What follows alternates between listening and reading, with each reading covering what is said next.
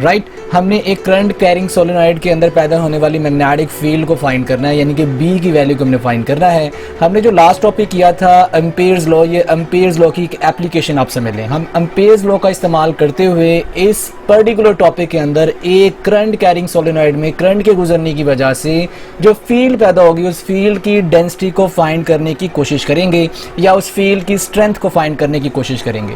तो सबसे पहले तो आपको यहाँ जो नया लफ्ज़ नज़र आ रहा है जो आपने पहले शायद ना सुना हो, दैट इज सोलेनॉइड। सबसे पहले देखते हैं कि सोलेनॉइड क्या है। सोलेनॉइड एक वायर है जो कि इंसुलेटेड वायर है, ठीक है, और वो कॉपर की बनी हुई है और उसको वाउंड किया गया है किसी सर्कुलर सरफेस के ऊपर या किसी सर्कुलर कोर के ऊपर और वो क्लोजली वाउंड है, ठीक है, और सिलिंड्रिकल फ्रेम है जिसके ऊपर इसको वाउंड किया गया और वो नॉन मैग्नेटिक मटेरियल का बना हुआ है, ठीक है बेटा।